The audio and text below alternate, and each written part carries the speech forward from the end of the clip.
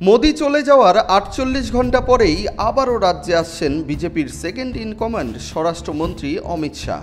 শনিবার তিনি রাজ্যে পৌঁছবেন। রবিবার নেতাজি ইন্ডোর স্টেডিয়ামে বিজেপি কর্মীদের নিয়ে তিনি বৈঠক করবেন বলে সূত্রের খবর। রবিবার জামাই ষষ্ঠী থাকায় বঙ্গ বিজেপি নেতারা দিন পরিবর্তনের জন্য দরবার করলেও সেই আবেদনে কোনো পাত্তাই দেননি বিজেপির কেন্দ্রীয় নেতৃত্ব। স্বরাষ্ট্রমন্ত্রীর সফরসূচির কোনো পরিবর্তন হয়নি। বিধানসভার বিরোধী দলনেতা শুভেন্দু অধিকারী দলীয় বিধায়কদের স্বরাষ্ট্রমন্ত্রীর এই সভায় উপস্থিত থাকার জন্য হুইপ জারি করেছেন বলে জানা গেছে।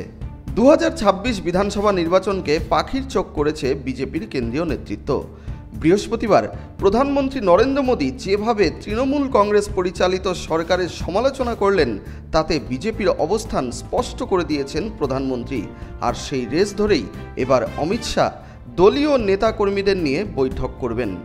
বিজেপির সেকেন্ড ইন কমান্ড দলীয় নেতাকর্মীদের কী বার্তা দেন সেদিকেই তাকিয়ে রয়েছে রাজ্যের রাজনৈতিক মহল। Bureau report, Bharat TV.